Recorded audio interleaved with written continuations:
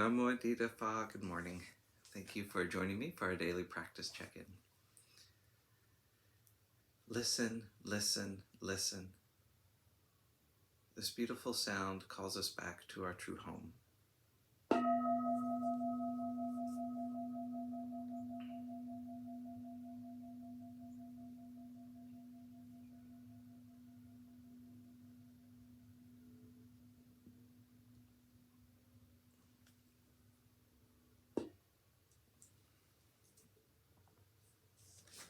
The fourth mindfulness training. Aware of the suffering caused by unmindful speech and the inability to listen to others, I vow to cultivate loving speech and deep listening in order to bring joy and happiness to others and to relieve others of their suffering. Knowing that words can create happiness or suffering, I'm determined to speak truthfully with words that inspire self-confidence, joy, and hope. I will not spread news I do not know to be certain, and will not criticize or condemn things of which I am not sure. I will refrain from uttering words that can cause division or discord, or that can cause the family or the community to break. I'm determined to make all efforts to reconcile and resolve all conflicts, however small.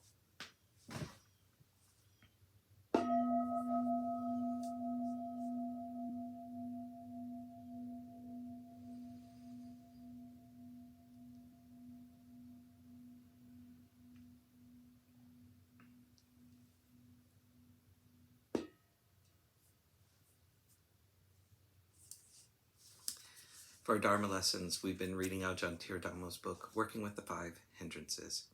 This morning we have a couple of sections on the doldrums and restless temperament and trauma.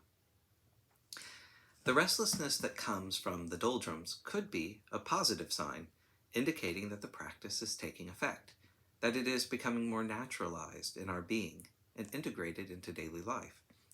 Restlessness could be the byproduct of the shifting of meditative values from the external to the internal.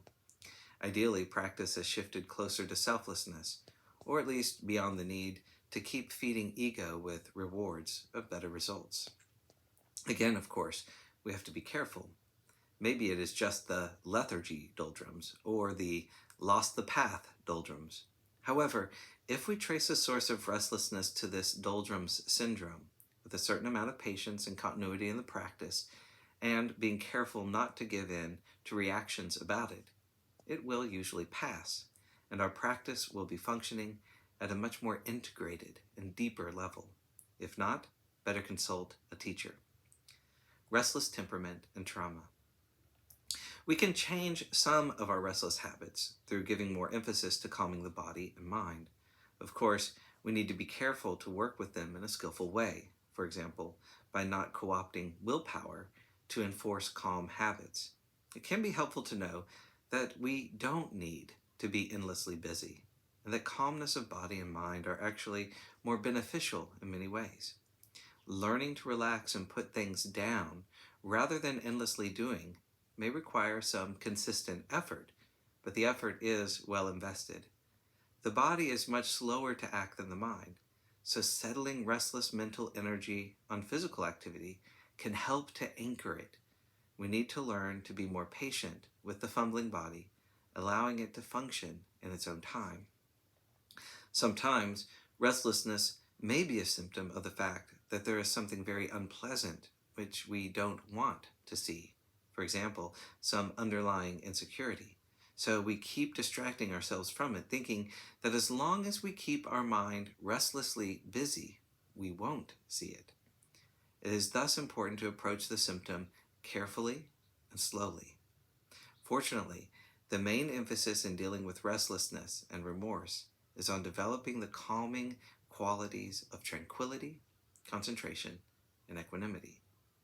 Unfortunately, preliminary concentration itself can latch on to anything, including restlessness. Thus, it is very important to maintain a close connection to the other two calming qualities of tranquility and equanimity to provide a guiding influence.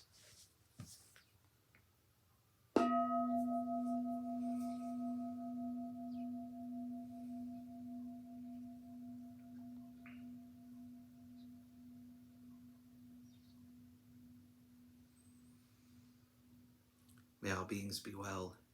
May all beings be happy. May all beings be peaceful. Sadhu, sadhu, sadhu. Thank you for joining me this morning.